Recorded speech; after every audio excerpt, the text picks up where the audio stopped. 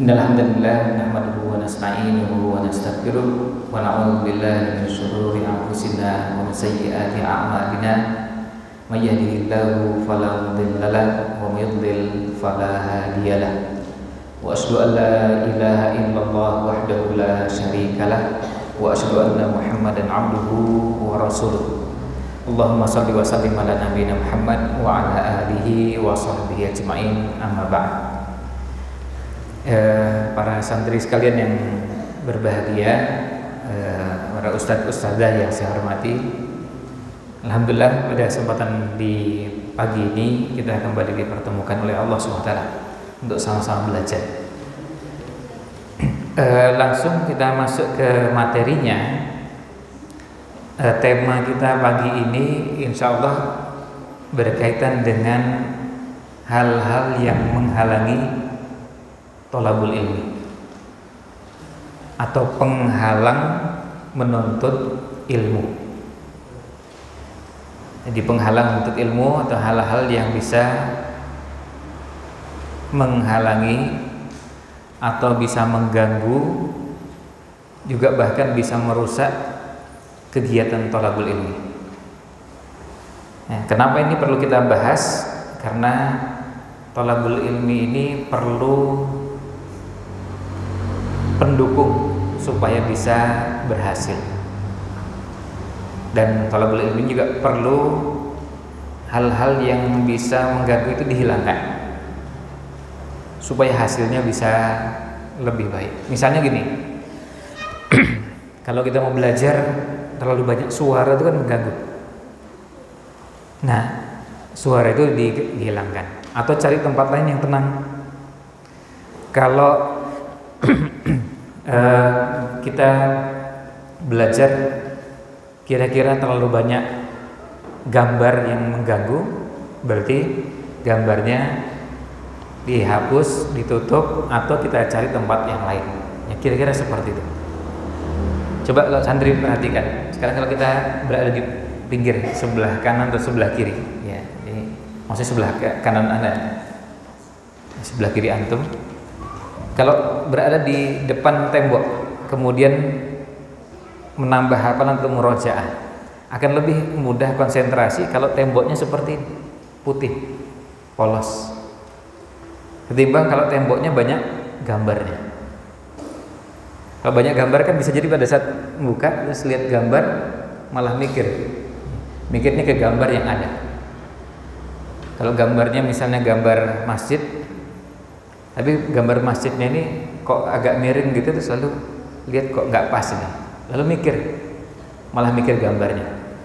Kalau polos itu kita nggak mikir apa-apa.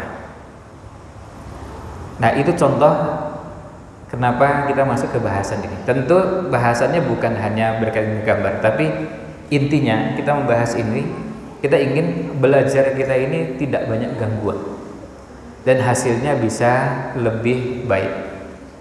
Itu intinya.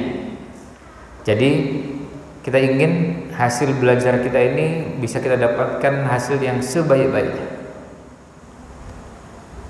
Nah, apa saja yang bisa mengganggu kita akan sebutkan dalam bentuk poin-poinnya.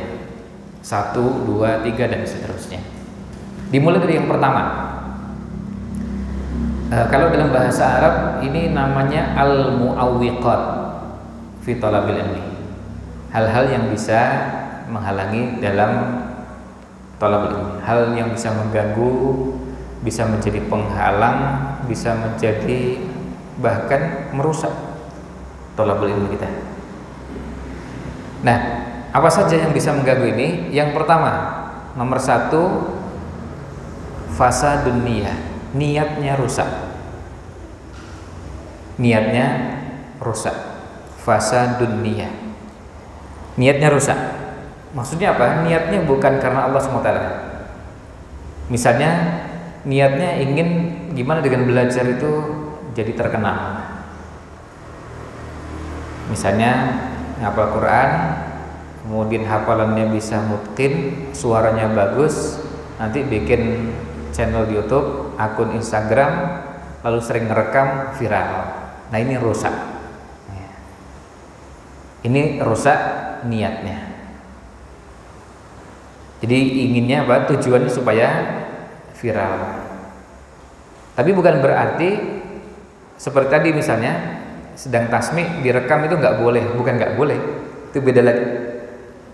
Makanya kalau ingin menjaga niat seperti ini, salah satu caranya justru kalau menggunakan akunnya lembaga atau channelnya lembaga. Karena apa? Karena yang ngerekam orang lain, yang sibuk juga sibuk merekamnya orang lain, dan kalau kemudian nanti dikenal, yang dikenal ada person dan lembaganya. Niat untuk mempopulerkan diri bisa lebih teredam atau terkurangi karena tidak menggunakan akun pribadi. Tapi kalau akun pribadi, orang taunya namanya, ya nama yang muncul misalnya jihad, ya. Kan orang kenal semua, jadi bukan cuma pondoknya, tapi bisa se-Indonesia kenal semua karena sering update status atau sering buat rekam. Nah, jadi ini yang pertama, niatnya harus diluruskan. Hadisnya jelas, innamal a'malu binniyat. Amal itu tergantung dari niatnya. Wa innama likulli imri'in ma nawa. Setiap orang akan mendapatkan apa yang dia niatkan. Jadi usahakan niatnya diluruskan, jangan sampai niatnya macam-macam. Ada yang niatnya ingin mendapatkan kekayaan, ada yang niatnya ingin mendapatkan jabatan, ada yang niatnya ingin, pokoknya semua niat duniawi. Nah, terus niat yang benar apa? Niat yang benar ini kita belajar karena niatnya ingin menghilangkan ketidaktahuan dari diri kita dan dari orang lain. Nah, ini jadi niat yang ikhlas itu dalam talabul ilmi ada dua hal. Yang pertama, diniatkan untuk menghilangkan ketidaktahuan dari diri sendiri. Yang pertama, diniatkan menghilangkan ketidaktahuan atau menghilangkan kebodohan, menghilangkan kejahilan dari diri sendiri. Jadi sekarang dengan kita ngaji, kita jadi tahu, mulai dari tahu cara membacanya. Kemudian kita jadi tahu ada hukum-hukum tajwid yang terkait dengannya. Kita jadi tahu maknanya, kita jadi tahu tafsirnya, kita jadi tahu banyak yang kita bisa ketahui. Nah, ini yang pertama. Jadi ikhlas itu atau niat yang benar itu bentuknya yang pertama niatkan, menginginkan supaya bisa menghapus ketidaktahuan dari diri sendiri, menghilangkan ketidaktahuan dari diri sendiri. Yang kedua, menghilangkan ketidaktahuan dari orang lain. Jadi sama dengan yang pertama, cuma bedanya kalau yang pertama untuk diri sendiri, yang kedua untuk orang lain. Nah, maksudnya gimana? Jadi nanti ke depan diniatkan bahwa belajarnya ini, ngajinya ini, termasuk menghafal Qur'annya ini, diniatkan nanti untuk membantu orang lain yang nggak ngerti. Berarti nanti kalau udah selesai gimana? Nggak perlu nunggu selesai. Liburan pun bisa dimanfaatkan untuk ngajari orang lain. Ada yang belum bisa baca Quran, diajari. Ada yang ingin menghafal Quran, dibantu, ditemani, dibimbing. Karena kita punya pengalaman menghafal. Misalnya kita punya pengalaman menghafal itu seperti kutab yang ada di beberapa negara di Timur Tengah. Metode menghafal kutab di Timur Tengah itu menghafalnya dengan thariqah tanazuliyah, dengan metode menghafal dari belakang. Jadi setelah Al-Fatihah ke An-Nas, lalu kemudian bergeser terus, jadi dari belakang ke depan.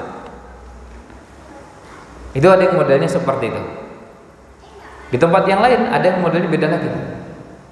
Semuanya targetnya sama, targetnya selesai 30 juz. Cuma mau dari depan, kemudian urut sampai ke belakang, atau dari depan ke belakang, kemudian setelah itu ke depan, baru urut, atau seperti apa, itu metodenya beda-beda. Tapi semuanya targetnya apa? Sama, 30 juz. Nanti kita bisa cerita sama orang, kalau saya dulu menghafalnya caranya begini. Nah, terus kemudian cara menghafal per ayat. Ada yang caranya begini, ada yang caranya dibaca dulu dan dilihat dulu berulang-ulang sampai 40 kali. Ada yang modelnya 100 kali. Ada yang modelnya sekian kali. Pokoknya punya cara masing-masing. Setelah itu nanti baru menghafal. Nah, itu bisa diceritakan kepada orang. Itulah yang dinamakan tadi yang nomor 2. Supaya orang tahu. Karena bisa jadi orang ingin menghafal itu nggak tahu caranya. Ada orang ingin menghafal Quran, nggak tahu cara menghafal Quran. Ada orang yang menghafal hadis, nggak tahu cara menghafal hadis. Kalau menghafal hadis itu mulai dari mana? Jadi kalau kita dengar ada orang hafal kutubus sittah, itu bukan menghafal Sahih Bukhari sampai selesai, menghafal Sahih Muslim sampai selesai, menghafal Sunan Abi Daud sampai selesai. Ternyata ada yang menghafalnya dengan cara menghafal Sahih Bukhari, kemudian menghafal tambahan Sahih Muslim terhadap Sahih Bukhari. Jadi yang sama nggak perlu dihafal lagi karena sudah ada hadis yang sama di Sahih Bukhari dan Sahih Muslim, nggak perlu dihafal lagi. Oh gitu caranya. Setelah menghafal Sahih Bukhari dan Sahih Muslim, Sahihain, menghafal Sunan Abi Daudnya apa? Menghafal dari kitab Ziyadat Sunan Abi Daud ala Sahihain, tambahan-tambahannya Sunan Abi Daud terhadap Sahih Bukhari dan Sahih Muslim. Nah itu kan contoh sederhana. Jadi namanya caranya, strateginya. Sampai akhirnya hafal selesai kutubus sittah. Nah, ada yang modelnya seperti itu. Nah, apakah ini dikatakan hafal? Ya, dikatakan hafal karena semua hadisnya yang ada di kutubus sittah sudah dihafal semua. Nanti yang terulang antara yang terdapat di Sahih Bukhari dengan Sahih Muslim cukup ngapalnya sekali karena hadisnya sama. Innamal a'malu binniyat ada di Sahih Bukhari, tapi juga ada di Sahih Muslim dan ada di kitab yang lain. Ngapalnya cuma sekali aja, nggak perlu berulang-ulang nanti dihafal lagi di tempat-tempat yang lain. Nah, jadi itu yang pertama ya. Jadi yang menghalangi orang dalam menuntut ilmu yang pertama apa? Niatnya yang rusak. Dan niat yang benar itu ada dua hal tadi, menghilangkan ketidaktahuan dari diri sendiri dan menghilangkan ketidaktahuan dari orang lain. Nah ini sekaligus mengingatkan untuk para santri, kalau dengan nomor 1 tadi menghilangkan ketidaktahuan dari diri sendiri, kalau belajar itu jangan terpaku atau jangan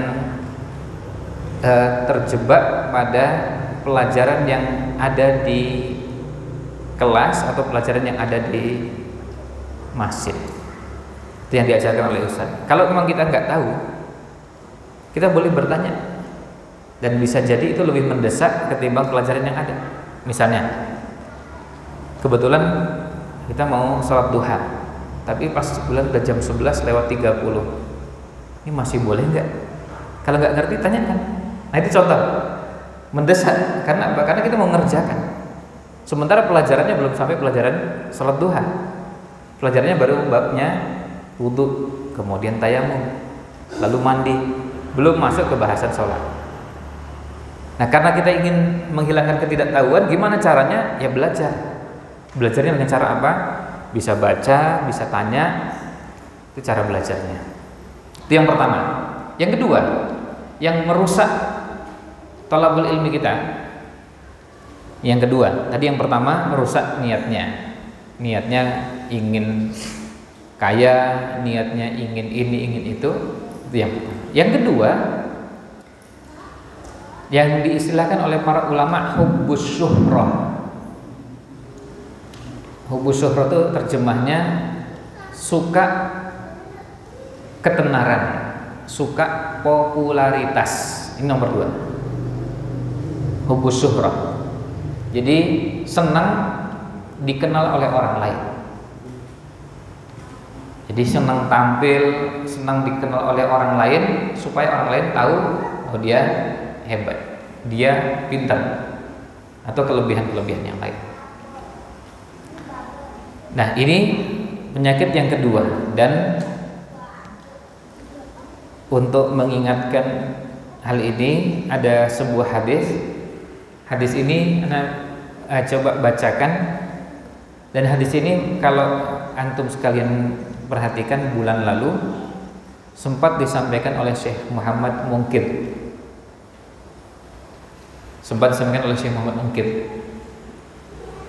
Masih ingat ya? Syekh Muhammad Munkid bulan lalu kan ya? Tanggal berapa beliau ngisi? Ada yang nulis gak di catatannya? Nah, ini sekaligus dibiasakan santri kalau nulis catatan seperti ini, dibiasakan ditulis hari dan tanggalnya. Tanggal 15, hari Sabtu tanggal 15 ya. 15 apa? Januari ya, harinya hari Sabtu. Jadi itu bertepatan dengan jadwal pengajian bulanan kita, dan kita kedatangan tamu Syekh Muhammad Munkid. Ini beliau salah seorang syekh yang aslinya dari Halab. Halab itu di Suriah. Kemudian beliau sejak usia 1 tahun sudah tinggal di kota Madinah. Jadi TK, SD, SMP, SMA, S1, S2 sampai S3-nya doktornya di Madinah. Jadi beliau banyak tinggal di kota Madinah ketimbang di Halabnya, di Suriah. Dan beliau pernah menjadi pengajar di Ma'had Al-Haram. Jadi Masjid Nabawi itu punya lembaga pendidikan. Ada pendidikan yang formal dan yang tidak formal. Pendidikan yang formalnya ada tingkatnya SMP, SMA sampai perguruan tinggi. Nah, beliau ngajar sampai yang perguruan tinggi. Bahkan ada yang perguruan tingginya tuh levelnya kira-kira selevel S2-nya. Nah, beliau pernah menjadi pengajar di Masjid Nabawi untuk program itu. Nama ma'hadnya Ma'hadul Haram. Biasanya diteruskan Ma'hadul Haram An-Nabawi. Kalau di Mekah Ma'hadul Haram Al-Makki. Biasa disebut Ma'hadul Haram, orang langsung paham. Kalau di Makkah Ma'hadul Haram berarti di Masjidil Haram. Kalau di Madinah Ma'hadul Haram berarti di Masjid Nabawi. Karena Haramain, Makkah dan Madinah. Nah, bulan lalu beliau sempat menyampaikan dan membacakan hadis. Anda coba bacakan hadisnya. Rasulullah SAW bersabda, Inna awwalan nasi yuqda yaumal qiyamati alaihi salasatun. 3 orang yang pertama kali diselesaikan urusannya pada hari kiamat adalah yang pertama, wa rajulun ta'allamal ilma wa 'allamahu. Orang yang belajar ilmu dan mengajarkannya. Wa qara'al Qur'ana. Nah ini. Wa qara'al Qur'ana, dan membaca Al-Qur'an. Fa utiya bihi. Kemudian didatangkan, dihadirkan di hadapan Allah SWT. Fa arrafahu ni'amahu. Fa arrafaha. Lalu dia diingatkan, dikenalkan dengan nikmat yang pernah Allah berikan kepadanya. Nikmatnya macam-macam, dan dia pun mengakuinya. Jadi orang ini belajar ilmu, mengajarkan, baca Quran, menghafal Quran. Kemudian bukan hanya itu, sampai juga bahkan mungkin sudah sampai dikatakan sebagai qari Quran, mengajar Quran. Lalu ketika di hadapan Allah SWT disebutkan, dikasih nikmat, kan bukankah kamu sudah pernah dapat nikmat ini, nikmat itu, ditunjukkan macam-macam. Dia mengatakan dan mengakui iya. Nah, kemudian dia menjawabnya begini, ta'allamtul ilma wa 'allamtuhu. Saya belajar ilmu ini dan saya mengajarkan ilmu. Wa qara'tu fikal Qur'an, dan saya membaca Al-Qur'an ini karena Allah Subhanahu wa taala. Jadi ngakunya dia belajar, kemudian membaca Quran, menghafal Quran karena Allah. Ngakunya begitu. Coba lihat lanjutan hadisnya. Qala langsung dijawab oleh Allah SWT, kadzabta, kamu dusta, kamu bohong. Walakinnaka ta'allamtal ilma, tapi kamu ini belajar ilmu, liyuqala alimun, supaya dikatakan sebagai alim. Wa qara'ta fil Qur'ana, dan kamu membaca Al-Qur'an karenaku, karena Allah, liyuqala huwa qari'un, supaya dikatakan bahwa dia adalah seorang qari. Jadi supaya dikatakan sebagai seorang qari. Faqad qila, dan itu sudah kamu dapatkan di dunia, tenar, terkenal, bahkan kalau perlu diundang kemana-mana untuk ngaji. Kalau pas ada acara diundang untuk membaca Al-Quran. Dan itu sudah didapatkan di dunia. Sudah didapatkan di dunia. Tsumma umira bihi, kemudian dia, Allah perintahkan kepada malaikat supaya orang ini dibawa, fasuhiba ala wajhihi, kemudian diseret, dan cara diseretnya apa? Bukan diseret tangannya, tapi diseret kepalanya di bawah. Kepalanya di bawah, kemudian diseret, kemudian apa? Hatta ulqiya finnar, kemudian dimasukkan ke dalam neraka. Jadi diseret, dan ini jelas menunjukkan dengan bentuk penghinaan terhadap orang tersebut. Sekarang kalau yang namanya nyeret ya, diseret, kalaupun diseretnya posisinya berdiri, itu sudah bentuk penghinaan. Kalau ada orang diseret dan diseretnya posisinya berdiri, kakinya tetap di bawah, kepalanya tetap di atas, diseret, itu sudah bentuk penghinaan terhadap orang itu. Apalagi kalau posisinya kepala di bawah, kaki di atas. Kemudian setelah itu dilemparkan ke neraka, dan yang nyeret malaikat, kemudian bawahnya alasnya tuh nggak seperti ini kan. Jadi kalau diseret kepalanya di bawah, kaki di atas, dan seperti ini sudah bentuk penghinaan terhadap orang tersebut dan menyakitkan. Apalagi kalau bawahnya nggak pakai keramik, tapi bawahnya apa? Bebatuan, batunya keras. Jadi sebelum masuk neraka aja udah sakit. Makanya neraka itu semuanya isinya yang menyakitkan dari dua sisi, fisiknya dan yang kedua batinnya. Karena apa? Karena orangnya disiksa secara fisik dan disiksa secara batin. Ya, ya ini yang kedua. Jadi ini yang disampaikan pada bulan lalu. Kemudian dalam hadis yang lain, ini kita tambahkan hadis. Kalau yang hadis yang pertama, hadis riwayat Imam Muslim, seperti yang disampaikan oleh Syekh mungkin pada bulan lalu. Tapi yang disampaikan karena ini poinnya sama, hadisnya sama. Kemudian ada hadis yang lain. Hadis yang lain bunyinya, ya na'ayal Arab, akhwafu ma akhafu alaikum. Nih Nabi SAW menyatakan, sesuatu yang paling saya takutkan dari kalian, sesuatu yang paling saya takutkan dari kalian adalah asyirku, kesyirikan, wasyahwatul khafiyah. Syahwatul khafiyah itu syahwat yang tersembunyi, yaitu apa? Ingin terkenal, ingin populer, ingin viral.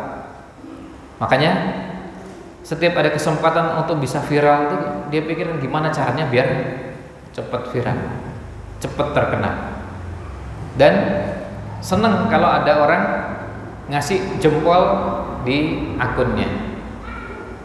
Wah, yang ngasih jempol banyak, penontonnya ribuan, senang. Tapi begitu jempolnya pindah ke bawah, sedih.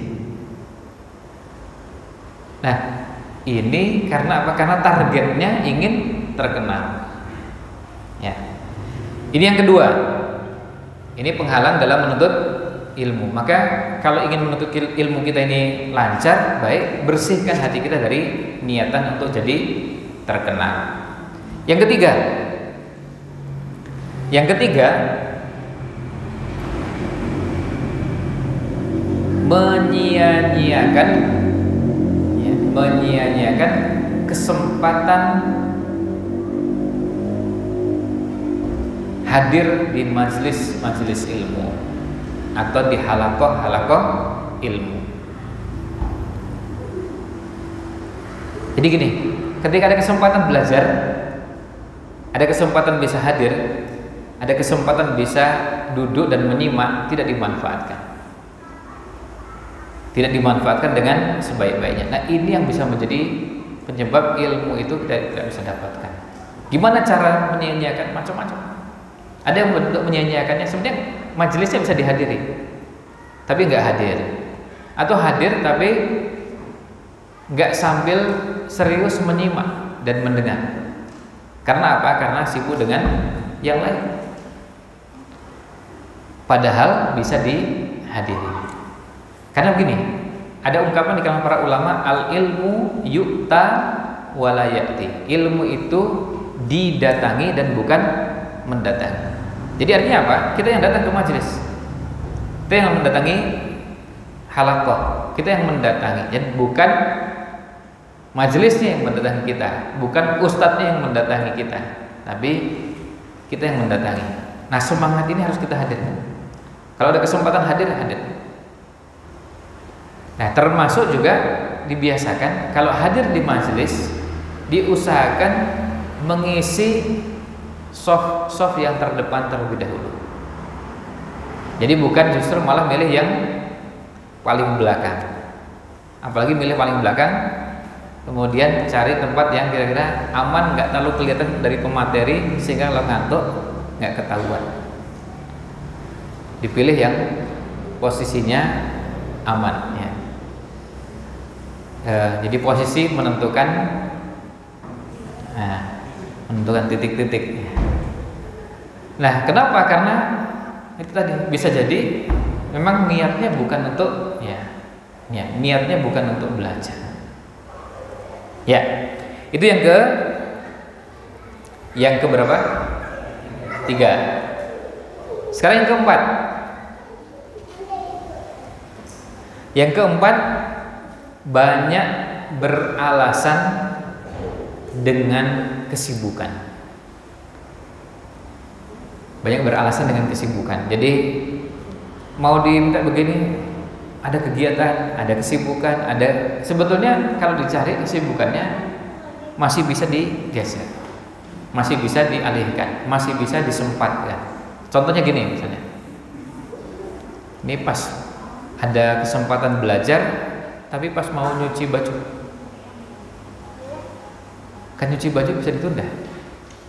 Ada yang nyuci baju bisa mundur sedikit atau maju sedikit, atau nanti dikerjakan sebagian kemudian nanti diselesaikan nanti. Dulu ini kisahnya, salah satu kisah dari Imam Ibnu Jarir At-Tabari. Ada beberapa imam, mereka ini sehari dari sejak pagi sampai malam sibuk hadir di majelis ilmu. Pindah dari satu majelis ke majelis yang lain, terus pindah lagi ke majelis yang lain. Suatu ketika ada majelis yang gurunya tidak hadir, berhalangan. Akhirnya apa?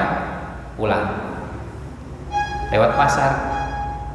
Di pasar lihat yang jualan ikan, sebeli. Nah, beli dengan harapan nanti bisa dimasak. Saya beli, terus kemudian pulang sampai di tempat, lalu kemudian persiapan hadir majelis berikutnya. Akhirnya berangkat lagi. Ikan itu katanya sampai 2 hari atau 3 hari nggak sempat dimasak. Karena apa? Karena sibuk dengan hadir di majelis-majelis yang begitu banyak dan selalu menyempatkan, meluangkan. Dan inilah sebetulnya cirinya penuntut ilmu. Penuntut ilmu itu waktunya lebih sibuk untuk ilmunya ketimbang untuk yang lain. Perhatiannya lebih sibuk untuk ilmu ketimbang yang lain.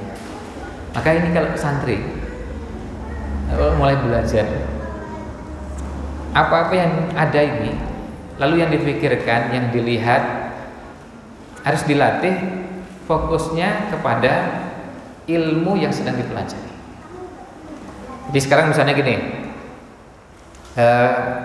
kalau yang namanya menuntut ilmu itu perlu alat tulis.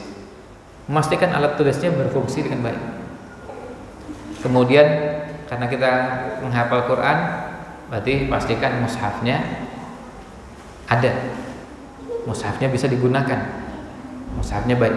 Artinya bukan dalam kondisi rusak, ada sebagian halaman yang sobek atau yang lainnya.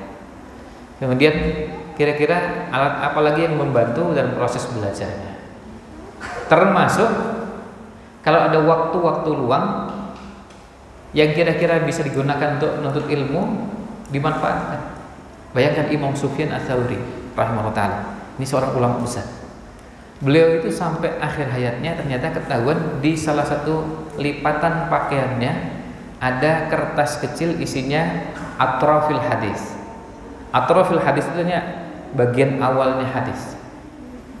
Tujuannya apa? Untuk murojaah, untuk mengulang. Jadi dibaca bagian depannya, nanti untuk tahun berikutnya. Nah, dulu belum ada handphone, belum ada alat-alat seperti sekarang. Sekarang enaknya luar biasa. Tadi masalahnya nggak dibuka juga. Sekarang orang ada aplikasi Quran, ada aplikasi hadis, bahkan sekarang ini ada aplikasi namanya Hifdzul Mutun. Hifdzul Mutun itu aplikasi isinya matan-matan. Ada matan akidah, matan fikih, dan matan fikihnya fikih 4 mazhab. Kemudian matan macam-macam lah cabang ilmu yang begitu banyak. Matan itu kemudian lengkap. Kalau kita mau buka, kita bisa buka. Kemudian ada menu kalau kita mau dengarkan. Kalau kita mau dengarkan, bahkan ada menunya mau murojaah per hari berapa baris. Jadi misalnya gini, Anda sekarang mau menghafal Baiquniyah. Kebetulan misalnya Anda belum hafal Baiquniyah. Itu sehari Anda mau menghafalnya 2 baris. Kemudian masing-masing diulang sebanyak 20 kali. Nanti bisa diatur. Jadi setiap hari itu dengarnya cuma 2 bait dan diulang sampai 20 kali. Karena Anda biasanya 20 kali. Yang lain mungkin 30 kali. Satu hari mungkin cuma 10 kali. Kita beda-beda. Nanti diatur. Ya, diatur sendiri-sendiri dan dengan cara itu bisa cepat apa? Cepat hafal. Nah, tapi sayangnya kadang-kadang tidak dimanfaatkan. Karena sekarang udah enak, matanya sudah langsung tinggal buka. Dulu Imam Sufyan Ats-Tsauri harus pakai kertas. Ya, harus pakai kertas itu, kertas kecil, isinya catatan-catatan. Ya. Kalau sekarang tuh sampai udah ada yang jual buku notes kecil. Kayak gitu ya, buku notes kecil yang bisa dimasukkan ke kantong. Misalnya kalau kita mau menghafal mufradat, kan tinggal buka, kemudian nanti buka lagi. Dan ada beberapa kosakata atau ada beberapa mufradat itu yang memang caranya sering-sering buka. Kalau sering buka, cepat hafal.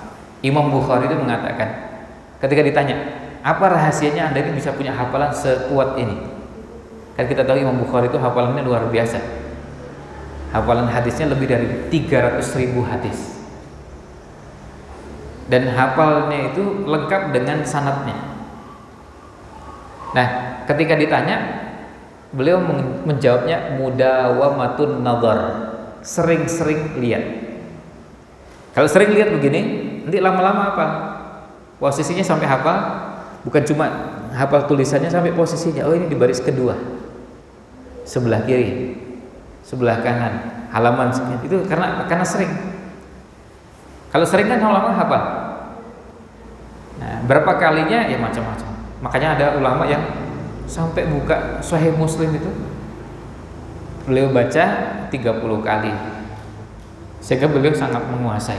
Ibnu Hajar Al-Asqalani, kenapa kok luar biasa Fathul Barinya, syarah Sahih Bukhari? Kenapa? Karena beliau mengulang Sahih Bukhari puluhan kali. Dibaca dari awal sampai akhir, baca lagi dari awal sampai akhir, baca lagi dari awal sampai akhir. Akhirnya bukan cuma hafal, tapi juga paham dan tahu, oh ini hadis ini terulang lagi di sana, di sini. Karena saking seringnya. Ya. Jadi itu yang Yang keempat. Yang keempat tadi apa? Yang banyak beralasan dengan kesibukan. Yang kelima. Yang kelima, menyia-nyiakan masa muda. Jadi belajar itu kalau mumpung masih muda, manfaatkan dengan sebaiknya. Seperti sekarang ini para santri yang kelas 1, kelas 2, kelas 7, kelas 8 ya. Antum bisa menyebut kelas 1, kelas 2 apa? 7, 8 atau kelas berapa? 1, 2 ya, gitu ya. Bukan kelas 7, kelas 8 ya. Ini kan tiap tempat punya kebiasaan sendiri-sendiri. Maksudnya sama, cuma ini persoalan kebiasaan. Sama dengan kalau ada yang kami nggak pakai itu, nggak pakai kelas 1 dan nggak pakai kelas 7, tapi pakai bahasa Arab. Ya boleh juga. Nah,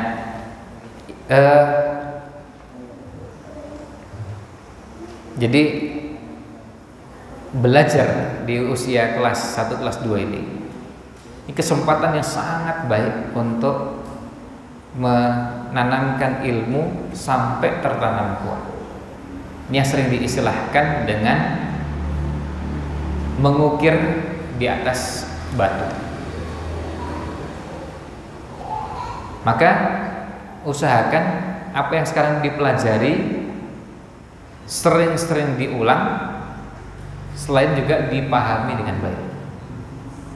Karena yang dipelajari sekarang itu bisa nanti tersimpan kuat sampai kapan? Sampai nanti ketika sudah berusia 40 tahun, 50 tahun. Kalau ditanam dengan kuat. Anak sampai sekarang masih hafal ayat yang anak hafal tahun 87, 1987. Waktu itu ustadznya tempat untuk nyetorkan hafalan itu memulai minta menghafal itu bukan dari depan, bukan dari belakang, tapi dari ayat puluhan di surat Al-Baqarah. Itu Allahu waliyul ladzina amanu yukhrijuhum minadh dhulumati ila. Dari situ. Cuma beliau punya cara yang unik. Meskipun cara ini cara ini cara yang khas tiap orang satu dengan yang lainnya, yaitu kadang-kadang kalau mengingatkan kita nggak hafal itu, kita diingatkan dengan dengan ketukan atau dengan hentakan tertentu supaya tahu kalau kita salah. Nah, ayat itu sudah lama, sejak tahun 87. Tapi alhamdulillah masih tersimpan sampai sekarang. Itu namanya mengukir di atas batu. Jadi kalau masih usia seperti sekarang ini, sering-seringlah menanamkan sesuatu, dan yang paling penting adalah sering-sering ditanamkan itu dengan cara diulang-ulang. Maka nggak perlu khawatir kalau gini, misalnya saya kalau ngulang lebih lama dari yang lain, ya nggak apa-apa, memang tiap orang bisa beda-beda. Dulu ketika pertama kali ke Madinah, karena dulu waktu sebelum ke Madinah kalau menghafal Quran cukup 40 kali. Ternyata baca biografinya salah seorang syekh, kalau beliau mengulangnya 100 kali. Kan merasa, lebih hebat ya, syekh 100 kali, kita cuma 40 kali. Ternyata justru yang 100 kali itu lebih kuat tertanam ketimbang yang cuma 40 kali. Karena intinya apa? Sering mengulang. Ya, itu yang ke berapa? 5. Yang ke-6. Ya, yang ke-6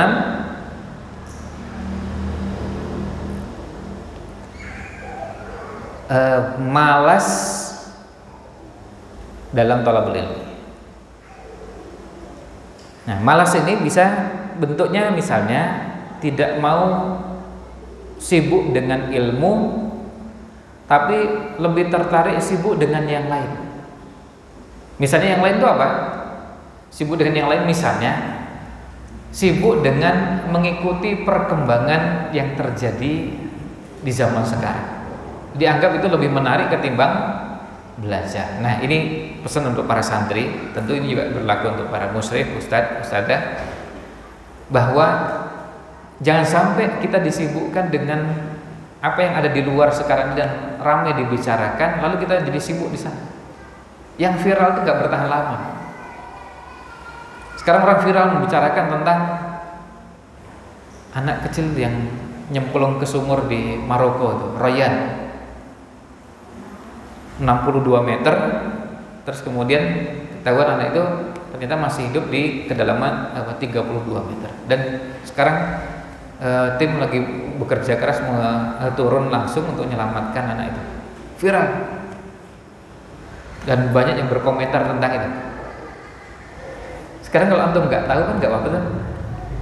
Ada yang nggak tahu kejadian itu, kan nggak apa-apa. Karena apa? Karena di dunia ini yang viral banyak. Yang viral banyak sekali. Viral yang berhubungan dengan makanan, viral yang berhubungan dengan pakaian, viral yang berhubungan dengan alas kaki, viral yang berhubungan dengan macam-macam. Terus kita mau ikut yang mana?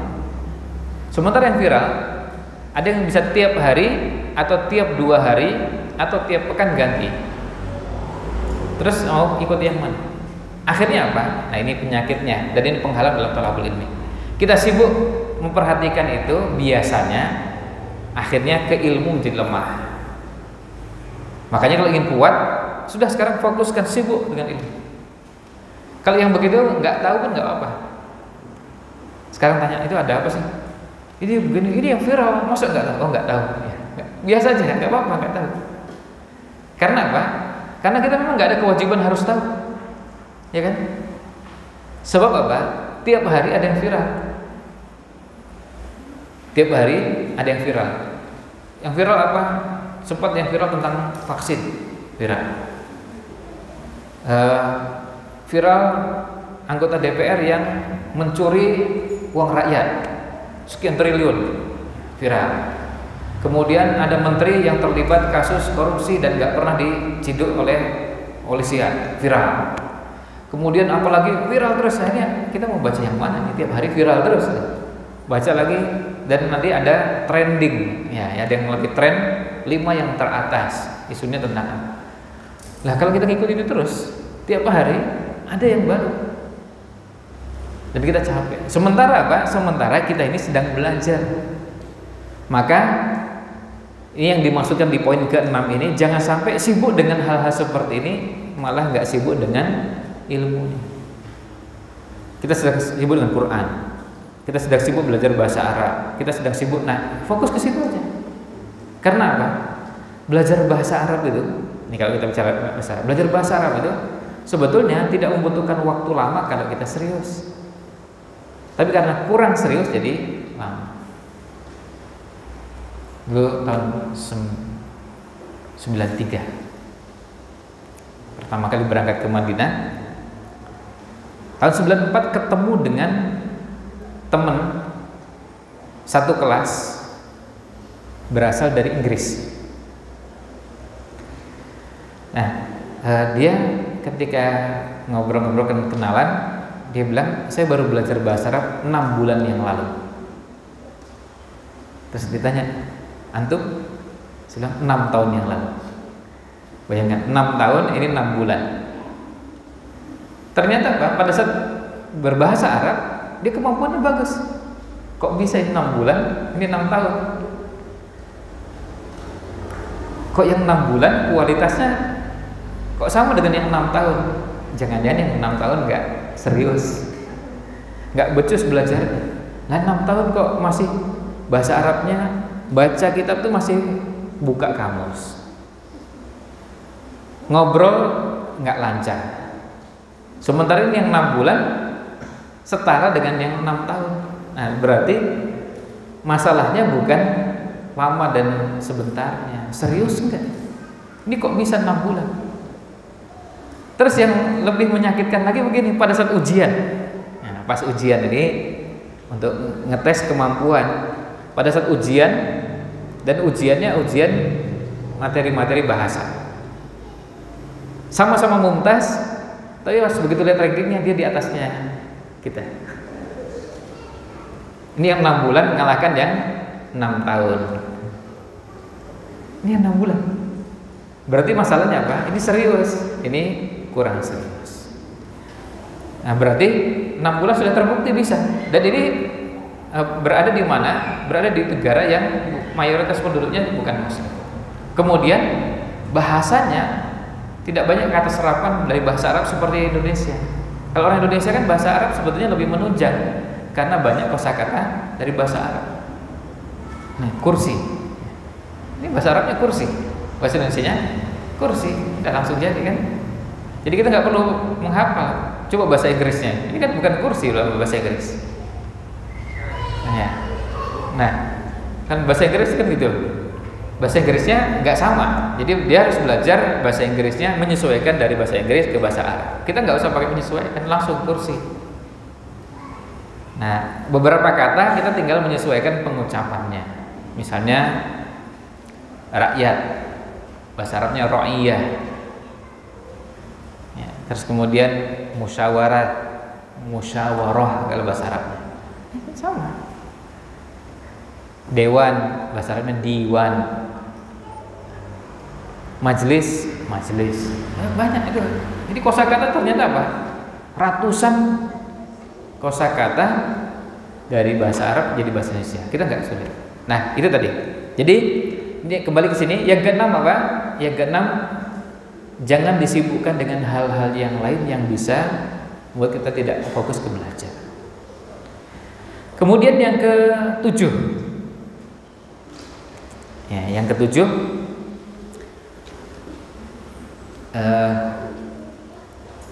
bahasa Indonesianya sok suci. Ya.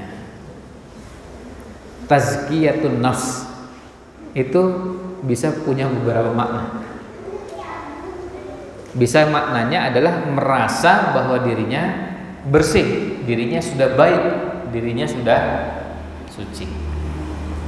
Merasa bahwa nggak perlu seperti yang dilakukan oleh orang lain, karena merasa sudah pinter, merasa sudah baik, merasa sudah hebat, nah perasaan ini yang bisa merusak kita dalam belajar. Tapi kalau kita ingat firman Allah Ta'ala, wala tuzakku anfusakum, jangan kalian merasa bahwa kalian sudah suci, sudah bersih, maka kita akan merasa bahwa ternyata kita masih perlu banyak belajar. Sekarang gini, kita belajar ikhlas saja itu perlu belajar, sabar perlu belajar, jujur perlu belajar, amanah perlu belajar, dan belajarnya bisa panjang. Ini yang ketujuh. Yang kedelapan, tidak mengamalkan ilmu yang dipelajari. Adamul amali bil ilmi, tidak mengamalkan ilmu yang sudah dipelajari. Salah satu cara cepat untuk belajar dengan baik adalah ilmu yang sudah dipelajari diamalkan. Contohnya gini, ini pernah dicontohkan dan disarankan oleh Syekh Muhammad bin Shalih Al-Utsaimin. Contohnya misalnya gini, kita sudah belajar rukun sholat. Kalau sudah belajar rukun sholat, lalu coba praktekkan rukun sholat itu apa? Nah, kemudian coba berdiri. Takbiratul ihram itu masuk rukun sholat nggak ya? Oh ini masuk rukun sholat. Terus apa lagi? Jadi dipraktekkan. Jadi pada saat mempraktekkan itu membayangkan ini rukun sholat. Ya. Terus kemudian apa lagi? Al-Fatihah rukun sholat. Ya. Terus apa lagi? Nah jadi akhirnya pada saat dipraktekkan kita jadi tahu ini rukun sholat, kemudian rukun sholat. Jadi akhirnya jadi cepat hafal. Jadi maksudnya bukan cuma pas belajarnya gini, maksudnya bukan pas belajar menghafal rukun sholat yang pertama, yang kedua, Fatihah, 3, 4. Jadi itu juga dipelajari, tapi coba kalau dipraktekkan. Kalau dipraktekkan lebih berkesan. Karena nanti apa? Kalau itu kita mengatakan ini rukun sholat, kalau lupa ditinggalkan berarti apa? Batal. Berarti kan batal. Nah, Ini maksudnya kalau kita hafal berarti sebentar tadi nggak ngerjakan rukun, oh berarti batal, berarti kurang 1 rakaat karena rakaat tersebut batal, nggak ada salah satu rukunnya. Nah, itu yang ke-8, tidak mengamalkan ilmu yang telah dipelajari. Ini kata Imam Az-Zahabi, beliau bilang begini. Beliau bicara tentang zamannya. Imam Az-Zahabi itu hidupnya di tahun 700-an. Muridnya Syekhul Islam Ibnu Taimiyah. Sezaman dengan Imam Ibnu Qayyim, sezaman dengan Imam Ibnu Katsir, sezaman dengan Imam Al-Mizzi dan beberapa ulama lainnya. Nah, beliau mengatakan, beliau berbicara tentang zamannya. Wa ammal yauma, adapun sekarang, fama baqiya minal ulumil qalilati illal qalil. Ilmu yang masih tersisa dari ilmu yang banyak tadi, ilmu yang sudah tinggal sedikit ini, yang tersisa cuma tinggal sedikit. Fi unasin qalil, pada beberapa gelintir orang, hanya pada beberapa orang yang jumlahnya cuma sedikit. Ma aqalla may ya'malu minhum bidzalikal qalil. Nah, yang lebih sedikit lagi yang ngamalkan. Jadi ilmu yang begitu luas yang tersisa di zaman kita sekarang cuma tinggal sedikit. Dari ilmu yang tinggal sedikit itu yang mengetahui cuma tinggal sedikit, yang sudah tinggal sedikit tadi yang mengamalkan lebih sedikit lagi. Lalu beliau mengatakan hasbunallahu wa ni'mal wakil. Itu zamannya Imam Az-Zahabi. Kalau beliau hidup di zaman sekarang, mungkin beliau tambah pusing gitu. Tambah sedikit dan betul-betul sedikit, sangat sedikit sekali. Jadi itu sangat sedikit, sampai Anda pernah dengar obrolan dari salah seorang anggota MUI Pusat. Beliau sampaikan bahwa di MUI Pusat itu yang betul-betul ulama, ya ulama tenanan, jumlahnya nggak banyak. Nah, dan itu diakui pada saat ngobrol bukan cuma oleh 1-2 orang, tapi beberapa orang. Ini artinya apa? Artinya memang betul-betul semakin menurun. Ya. Karena apa? Ada beberapa ulama yang mumpuni terus kemudian wafat. Kan kita semua tahu ya, banyak yang wafat dari para ulama, termasuk di tahun 2021 yang lalu. Termasuk juga di MUI daerah, artinya di tingkat provinsi maupun di tingkat kota, yang masih ada cuma tinggal sedikit. Yang betul-betul mumpuni dan menguasainya. Tambah lagi yang mengamalkan lebih sedikit lagi. Dia yang ngerti ilmunya juga sudah sedikit, yang mengamalkannya lebih sedikit lagi. Nah, berikutnya yang ke berapa? Ke-9. Yang ke-9 adalah putus asa. Salah satu penghalang dalam menuntut ilmu adalah putus asa. Putus asa itu apa? Misalnya gini, begitu mau menghafal, terus merasa kayaknya susah menghafal begini, nggak bisa. Belum apa-apa sudah merasa dirinya nggak bisa. Wah, kayaknya susah ini. Sama Ustadz diminta sehari menghafal berapa mufradat sehari? Berapa? 3 itu bisa gak dihafal? Sangat bisa kan? Tapi nanti kalau sudah jalan merasa susah. Sebenarnya masih bisa, masih dalam batas yang wajar, sehari 3. Dan diulang-ulangnya bisa berulang-ulang sejak pagi, siang, sore, malam, dan itu berulang-ulang sampai dengan menjelang tidur, sehingga cepat hafalnya. Nah, yang sedikit tadi bisa jadi pada sebagian kita merasa sudah nggak siap, nggak bisa. Nah, putus asa inilah yang menyebabkan akhirnya susah untuk bisa menghafal atau untuk bisa belajar. Ini ada pesan dari Syekhul Islam Ibnu Taimiyah dan beberapa ulama yang lain. Tapi kita ambilkan yang sederhana begini. Untuk bisa jadi penyemangat kita dalam belajar. Sekarang silahkan cari ulama-ulama hebat di dunia. mau imam 4 mazhab misalnya. Ada sejak Imam Abu Hanifah, Imam Malik, Imam Syafi'i dan Imam Ahmad. Dan dibiasakan cara menyebutkannya yang betul gitu ya. Berikut urutannya. Jadi Imam Abu Hanifah, Imam Malik, Imam Syafi'i dan Imam Ahmad. Jangan menyebutkannya dengan Imam Hanafi. Itu menunjukkan cara penyebutan yang salah. Imamnya namanya Abu Hanifah, madhabnya madhab Hanafi. Sama juga dengan Imam Malik, madhabnya Maliki. Imam Syafi'i ini yang sama, imamnya Syafi'i, madhabnya Syafi'i. Lalu Imam Ahmad madhabnya Ahmadi, gitu ya, Hambali, madhabnya Hambali. Nah, bedakan antara nama imamnya dengan nama madhabnya. Jadi bukan Imam Hanafi, tapi Imam Abu Hanifah, madhabnya. Coba lihat imam 4 madhab ini. Atau imam-imam yang kita kenal dengan penulis 6 kitab hadis, yang Kutubus Sittah.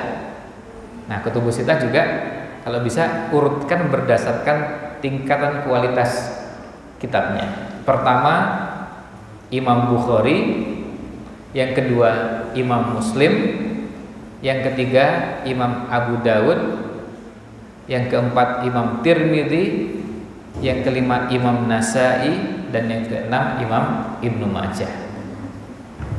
6 imam ini, 4 imam madhab, ditambah lagi dengan imam misalnya dalam bidang tafsir, dalam bidang sejarah, itu semuanya sama dengan kita.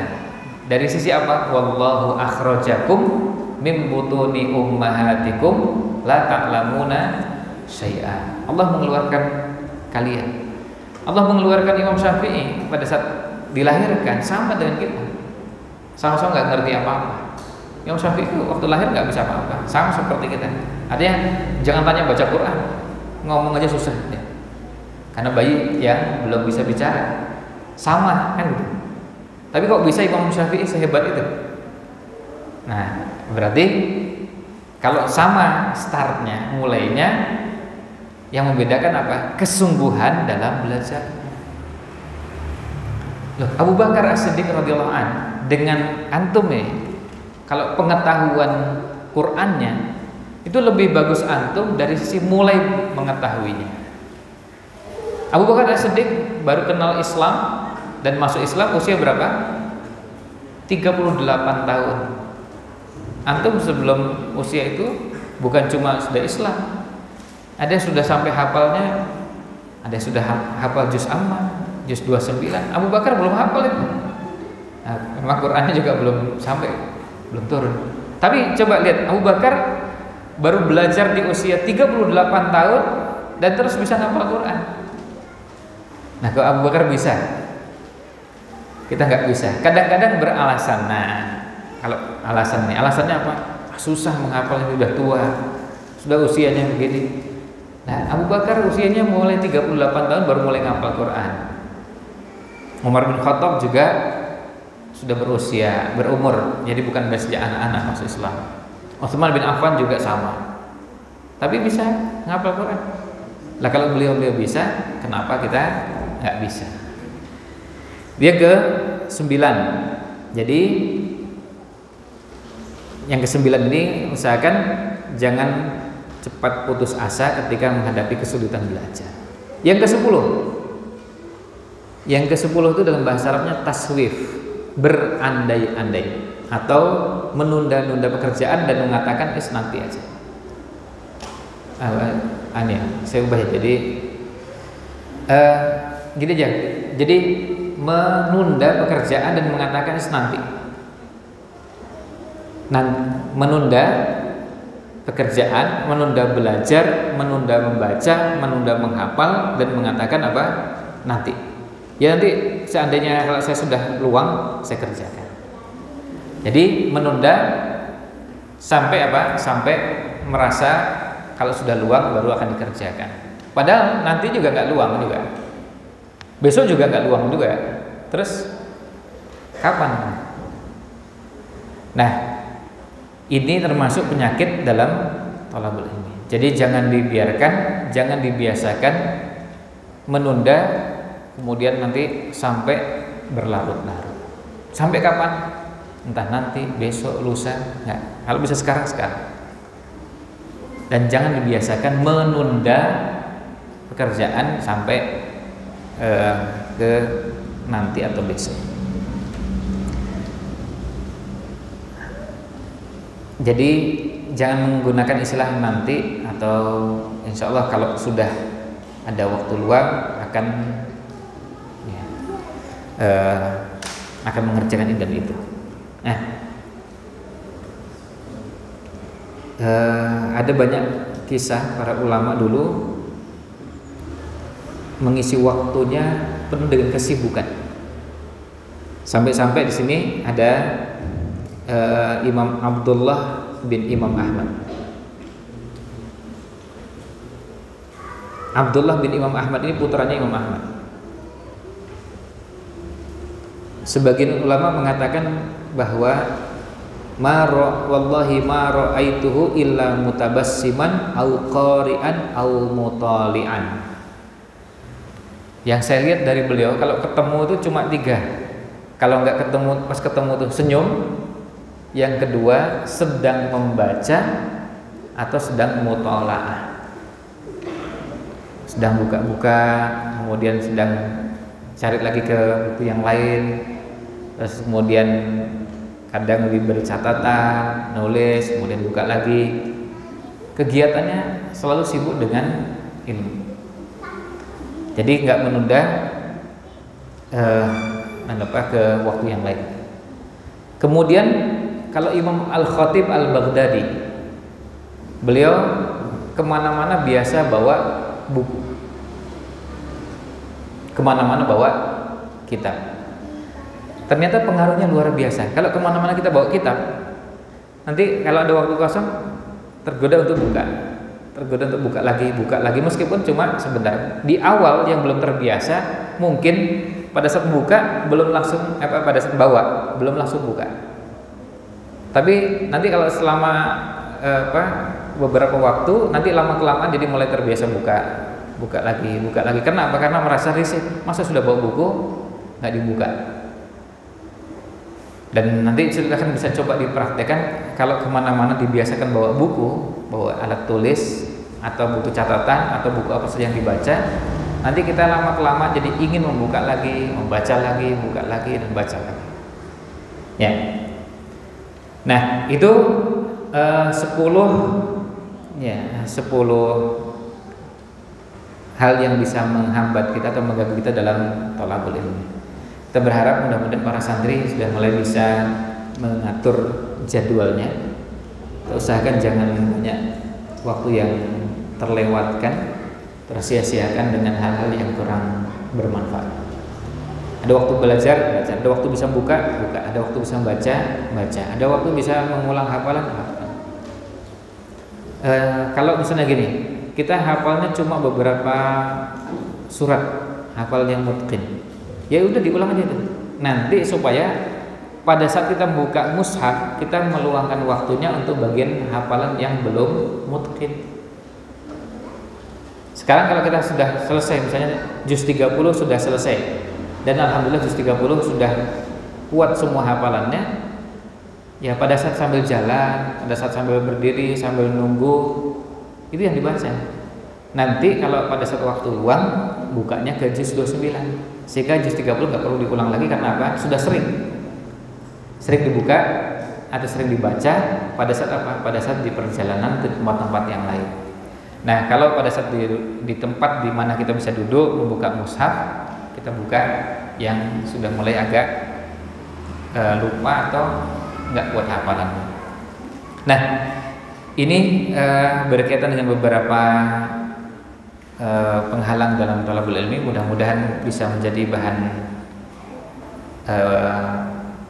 renungan kita untuk kita pelajari, kita pahami, kemudian kita berhati-hati jangan sampai itu menjadi gangguan dalam kegiatan-kegiatan kita. Demikian untuk materi yang bisa kita sampaikan. Selanjutnya saya kembalikan pada moderator.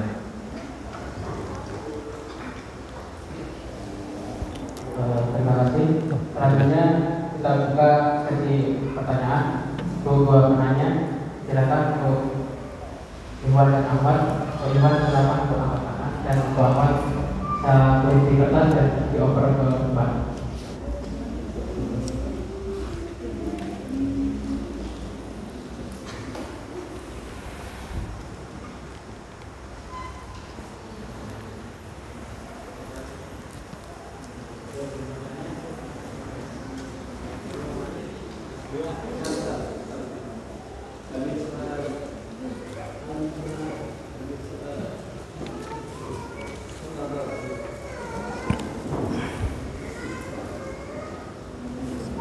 Mal farqu baina su'al wa su'al?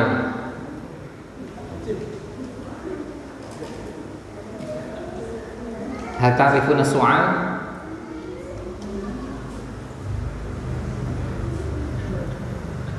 Jadi kan ada soal, ada soal. Bedanya apa? Kalau soal artinya apa? Soal, pertanyaan. Kalau soal, nah, watuk ya, batuk ya. Ya. Jadi kalau misalnya hal hendakum min soal adalah soal, berarti yang batuk siapa nih? Nah, silakan. Ya.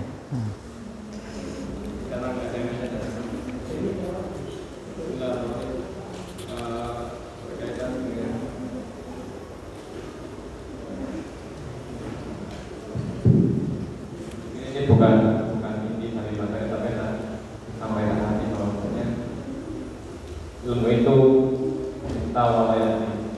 ilmu itu didatangi bukan mendatangi. Banyak jadi mungkin dari zaman dulu juga ada, dan kalau sekarang banyak adanya tes privat. Kalau kita melihat filosofi ilmu dan keberkahan itu, bahwa ilmu itu perlu adanya perjuangan, yaitu dengan mendatangi majelis. Maka bagaimana dengan privat yang mengundang guru untuk mengajarkan satu atau dua orang di teman-teman terutama. Iya, hal ini dibolehkan dan ini pernah ada contohnya di zaman ulama-ulama dulu, bahkan di zamannya Bani Saljuk. Bani Saljuk itu atau Daulah Seljukiyah itu kerajaan atau daulah sesudah Bani Abbasiyah. Jadi setelah Khulafaur Rasyidin, kemudian Bani Umayyah, Bani Abbasiyah, kemudian Bani Saljuk, lalu Bani Mamluk, baru kemudian Khilafah Utsmaniyah. Di zaman Bani Saljuk itu salah seorang khalifahnya itu bikin kutab khusus untuk anak-anak yatim juga yang tidak mampu. Bahkan di salah satu buku itu disebutkan kutab khusus untuk anak-anak yatim, anak-anak tentara, kemudian anak-anak dari keluarga tidak mampu, yang tidak mampu memasukkan anaknya ke kutab yang umum atau tidak bisa menghadirkan muadzib ke rumahnya. Di situ disebutkan tidak bisa menghadirkan muadzib ke rumahnya. Berarti dari dulu sudah ada yang dengan menghadirkan muadzib khusus datang ke rumahnya. Itu kan berarti privat ya. Kalau didatangkan khusus ke rumahnya kan berarti hanya untuk rumahnya, untuk keluarganya, bukan untuk yang lain. Dan kadang-kadang memang hanya untuk mengajari satu orang. Nah, bedanya kalau dulu Yang kalau yang mu'adib ini ngajarinya bukan cuma ilmu, tapi ngajar juga adab. Ngajar juga adab. Bahkan justru adab itu yang diajarkan di awal sebelum ilmu. Nah itu berkaitan dengan menghadirkan mengajar privatnya. Dan kalau dari sisi bolehnya, insya Allah boleh ya. Tentu juga hal itu kadang-kadang dilakukan dengan pertimbangan-pertimbangan tertentu ya. Jadi misalnya sekarang ada yang ingin belajar lebih, karena belajar yang sekarang ini sudah ada dirasa nggak cukup atau belum bisa ngikuti pelajaran yang sudah ada. Misalnya gini, ketika belajar Quran tapi kok masih belum bisa, akhirnya menghadirkan ustadz ngajar Quran. Nah itu juga dibolehkan karena memang belum bisa. Nah sementara kalau ngikuti yang lain di kelas, yang lain sudah bisa, bahkan sudah ada yang sangat lancar, dia belum bisa. Menghadirkan guru untuk datang ke rumah khusus untuk itu, insya Allah tidak mengapa, dibolehkan. Dan itu tidak bertentangan dengan ungkapan dari al-ilmu yu'ta wa la ya'ti. Dan sama juga dengan ketika Imam Syafi'i ngajari muridnya Ar-Rabi' yang ketika di majelis diajari belum paham, terus kemudian akhirnya apa? Diajari sendiri kan diajari sendiri. Imam Syafi'i ngajari khusus untuk satu muridnya.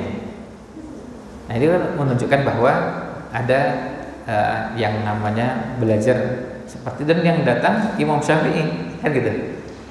Imam Syafi'i yang datang kepada muridnya, dan bukan muridnya yang datang kepada guru.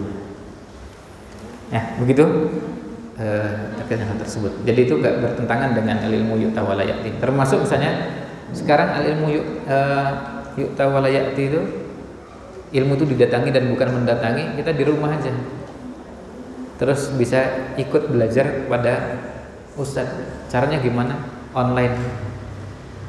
Nah gitu. Sekarang yang hadir di tempat ini ada yang datang dari tempat yang jauh, tapi ada juga yang ngikuti lewat Facebook, ikut di rumahnya, ikut menyimak. Ada yang mungkin ikut menyimak sambil beraktivitas yang lain. Nah, di pagi itu Anda pada saat ngisi, terus kemudian setelah selesai Anda sapa, "Gimana? Oh iya, apa sebenarnya agak terlambat. Ini tadi nyambi nyuci piring gitu." Wah, luar biasa gitu. Anda ngisi serius di atas meja dan kemudian sambil pegang kitab, yang dengarkan sambil nyuci piring. Artinya mendengarkan tapi sambil nyuci piring, dan jujur dan menyampaikan ketika sudah selesai majelisnya tuh, "Ini maaf Ustaz, tadi sambil nyuci piring." Artinya mendengarkan sambil nyuci piring, mendengarkan sambil beraktivitas yang lain. Nah itu aktivitasnya yang bersangkutan di rumah, dan di rumahnya bahkan bukan cuma di rumah dengan posisi seperti sekarang kita duduk di atas meja ngambil catatan ya. Di rumah tapi sambil ada sambil rebahan ya, sambil leyeh-leyeh, kemudian selonjor, sambil macam-macam lah posisinya. Tapi kita yang belajar kepada Syekh lewat YouTube misalnya, artinya kita dengarkan ceramahnya, kemudian kita simak, bahkan ada yang bukunya sudah kita punya, sudah kita miliki, kemudian kita tinggal menyimak materinya. Ini juga bagian dari thalabul ilmi yang para ulama sekarang membenarkan dan tidak masalah. Karena memang ini kemudahan yang Allah berikan pada kita yang kita manfaatkan, dan ungkapan ilmu yu'ta wa la ya'ti itu bukan berarti tidak boleh gurunya yang datangi kita atau gurunya yang kita datangkan. Termasuk misalnya pada pertemuan bulan lalu kita menghadirkan ke sini syekhnya. Antum cuma enak dari kamar cuma jalan beberapa meter, syekhnya jarak jauh. Anda sempat kaget ketika syekh itu waktu bulan lalu datang ke sini. Anda tanya, "Syekh, antum naik apa ke Jogja?" "Naik mobil." "Terus yang nyupir siapa?" "Anak sendiri." Luar biasa. Bayangkan saya menempuh perjalanan lebih dari 500 km. Antum di sini cuma dari asrama ke sini cuma berapa meter sih? Ya nggak sampai 50 meter. Jadi itu betul-betul kita yang didatangi, dan syekhnya yang mendatangi kita, meluangkan waktu di tengah-tengah rangkaian kegiatan beliau selama di Jogja. Begitu, Allah.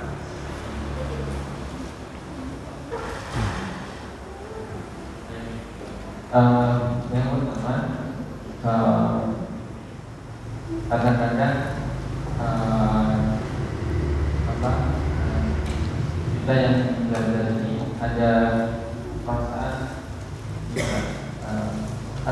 ini sudah bisa bahasa di belakang dan bisa, atau yang kedua ini juga belum dan tidak mungkin bahasa di belakang.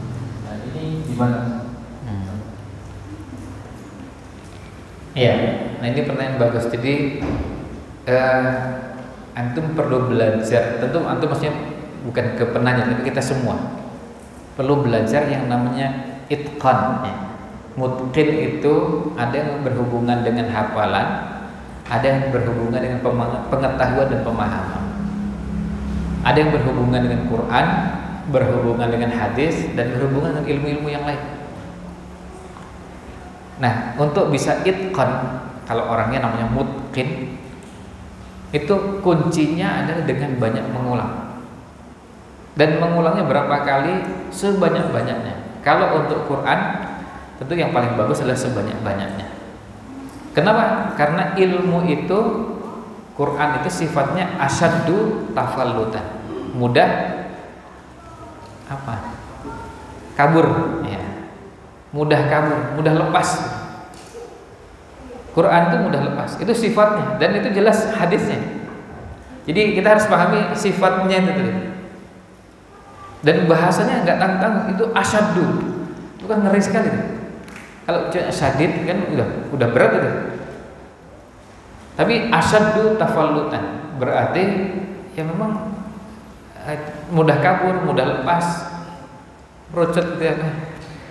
Jadi sifatnya begitu. Maka gimana caranya? Perlu sering diulang. Dan diulang. Kalau ingin kuat ilmunya, kuncinya adalah dengan cara apa? Sering-sering diulang. Kalau ingin kuat. Nah, itu yang pertama, pemahaman kita tentang itqan harus disamakan. Yang kedua, yang harus kita pahami, jadi yang pertama berhubungan dengan itqan, yang kedua contoh-contoh para ulama yang mempraktekkan mereka menjaga ilmunya sampai itqan. Ulama terdahulu maupun ulama di zaman sekarang. Ada seorang imam ketika ditanya berapa kali mengkhatamkan Al-Quran, dijawab 18.000 kali. 18.000. Gimana caranya? Coba antum hitung 18.000 dibagi apa? Dibagi 50 tahun itu berapa nih? Mungkin ada saya sekalian hitung. 18.000 dibagi 50 tahun. Artinya kalau itu sebenarnya usia beliau 60, nggak dihitung masa sebelum balik dan atau mumayyiz dan yang lainnya nggak dihitung. Berapa? 300. Ya, 300. Ya, 300. Jadi setahun yang 300 sekian hari itu khatam 300 kali. Ya. Berarti hampir tiap hari. Ya mungkin kalau nggak 30 juz lah sehari, 28 juz lah atau 27 gitu ya. Atau 25 lah turunkan begitu. Sehari 25 juz. Itu gimana ceritanya nih?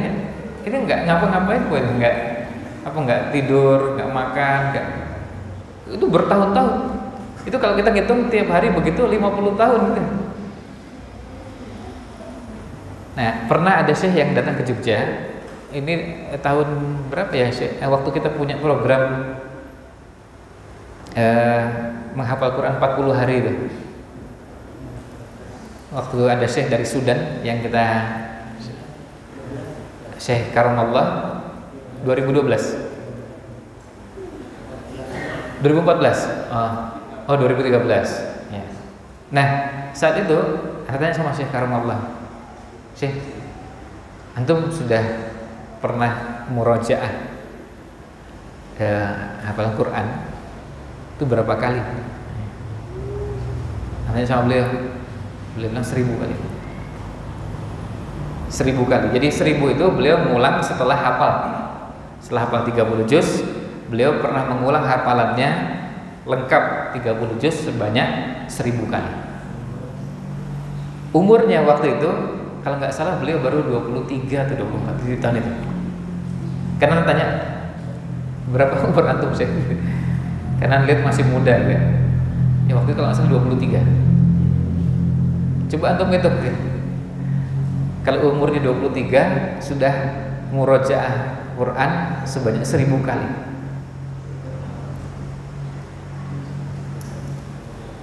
Itu jangan dihitung usia 5 tahun balita, jangan dihitung ya, biar gampang hitungnya. Agak gampangnya mulai usia 10 tahun lah biar enak. Nah, berapa itu kalau 1000 dibagi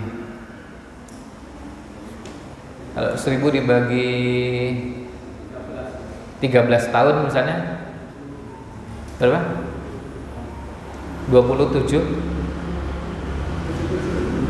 77 kali per tahun. Ya, nanti antum tinggal ngitung 350 hari dibagi 77. Nah, akan keluar angka sehari berapa juz? Berapa?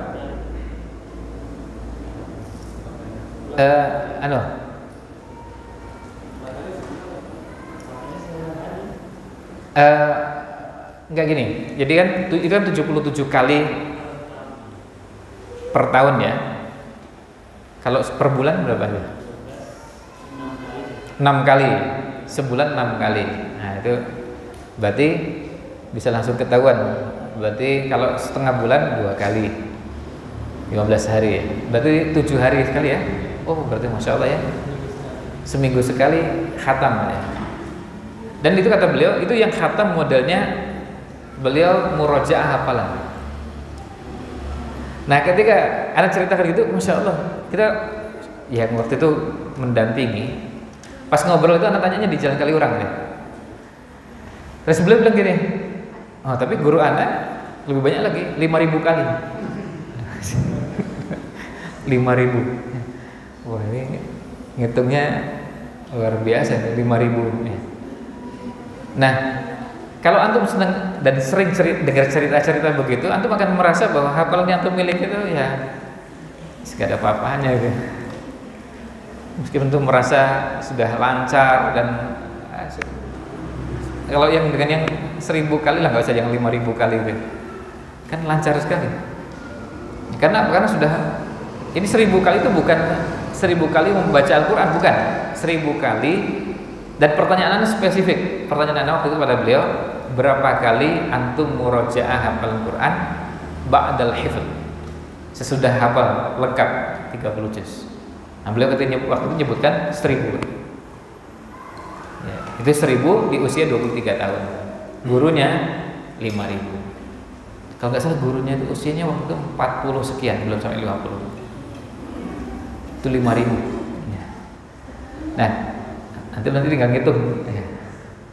Nah, cerita-cerita seperti itu akan membuat kita merasa bahwa kalau kita sudah merasa hafal, ya ternyata ya belum apa. Makanya kalau beliau mengimami sholat, kayak kita dapati ada beberapa imam itu kalau ngimami sholat 1 Ramadan penuh ngimami setiap malam 1 juz, nggak pernah keliru. Ya karena memang begitu. Karena mengulangnya berkali-kali sudah seperti Al-Fatihah. Sudah seperti Al-Fatihah kan, dilancarkan. Dan itu mengulang bukan membaca dari mushaf, murojaah hafal. Setelah hafal. Nah, yang seperti itu kalau ilmunya sudah sangat kokoh, nah ini ilmunya sudah sangat kokoh, yang seperti inilah yang sebetulnya ilmunya akan betul-betul punya akar yang kuat, pondasi yang kuat. Pada saat membahas berbagai hal sudah kokoh di situ. Sekarang kenapa orang kalau membahas beberapa persoalan nggak terlalu mendalam? Karena apa? pondasinya nggak kokoh, usul fikih nggak kokoh, mustalah hadis nggak kokoh, lalu akidah juga enggak, fikih dan ilmu-ilmu yang lain. Cuma karena pernah belajar aja. Ketika baca biografinya Imam Ibnu Katsir, ternyata beliau mengkhatamkan Sahih Bukhari bukan 10-20 kali.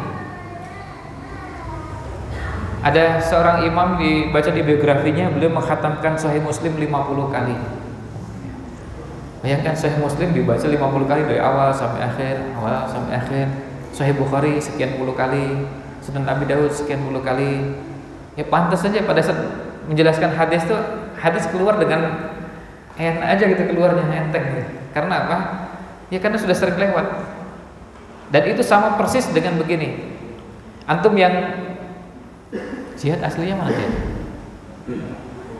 Asli Jogja apa asli? Hah?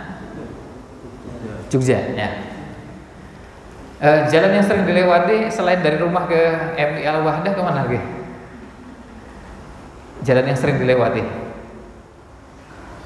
kemana lagi? Kalau dari rumah sampai sini apa jalannya? Itu lewat ring road apa lewat selain ring road? Lewat ring road? Enggak. Tamanan. Mana? Lewat mana? Jalan Magelang. Nah ya. Nah gini. Kalau orang sering lewat di satu jalan dan itu berulang-ulang, itu sama seperti kalau sering murojaah tadi. Dia sampai hafal, termasuk kalau jalannya ada yang lubang, dia sampai hafal. Jalan yang kalau pas jalan tuh karena belum diperbaiki, sejak kemarin belum diperbaiki, jadi dia hafal. Kalau jalannya lubang dia tahu. Karena apa? Sering lewat. Kalau antum yang daerah sini, ya pasti kan antum kalau udah sampai ujung sana, sampai ujung jalan kan sering. Karena saking seringnya antum hafal. Atau apa? Jalan yang agak rata, kalau kemudian jalannya kemudian agak berlubang, jalannya agak belok sedikit, itu hafal sekali. Karena apa? Sering. Nah, murojaah itu kira-kira seperti itu. Tapi kalau antum masuk jalan baru, meskipun antum biasa berkendaraan, pada saat lewat jalan itu, ya antum juga lihat-lihat, ini masih jauh apa enggak ya? Terus ini jalannya berlubang apa enggak ya? Kalau lewat malam-malam pasti antum lebih hati-hati. Karena apa? Enggak kenal medannya. Nah, kira-kira ilmu itu seperti itu.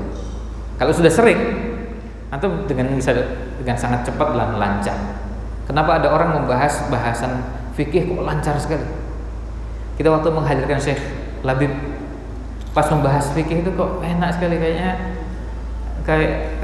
fikih itu ya sudah langsung aja beliau jelaskan tuh keluaran semua fikih mazhab Syafi'i. Ya karena memang belajarnya beliau dari dulu begitu, dan beliau mengulang pelajaran ini, pelajaran itu, kitab ini, kitab itu. Bayangkan matan Abi Suja yang pernah beliau pelajari sejak lebih dari 10 tahun yang lalu, lebih dari 20 tahun yang lalu, masih juga beliau buka lagi. Dan sekarang ini, hari-hari ini kita bisa lihat di channelnya beliau sedang memposting syarah matan Abi Suja. Karena apa? Karena beliau ngajar lagi, udah belajar, ngajar lagi, belajar, ngajar lagi, dan khatam matan Abi Sujanya khatam, Safinatul Najahnya khatam, Al-Yaqutun Nafis khatam, ini khatam. Jadi akhirnya pada saat membahas fikih enak aja gitu, membahasnya dengan sangat mudah. Kenapa? Karena sudah sering tadi, seperti orang jalan. Jadi murojaah itu seperti kalau antum lewat di jalan, sering lewat, dia lama-lama hafal. Sampai antum warung tuh antum hafal gitu. Bahkan sampai mungkin tutupnya itu, kalau warungnya tutup, itu penutupnya warna apa itu sampai hafal gitu. Coba bayangkan kalau antum gunakan menghafal itu untuk menghafal ilmu, bukan menghafal warung gitu, dan menghafal jalan gitu. Kan luar biasa, sampai yang kecil-kecil pun dihafal. Ya, begitu. Jadi pentingannya sebetulnya supaya ilmu itu melekat kuat dan mudah untuk kita gunakan. Demikian yang kita bisa bahas pada kesempatan di siang ini. Mudah-mudahan ada manfaatnya. Mohon maaf jika ada yang kurang berkenan. Wallahu a'lam. Sallallahu alaihi wasallam ala Nabi Muhammad wa ala alihi washabihi ajmain. Assalamualaikum warahmatullahi wabarakatuh.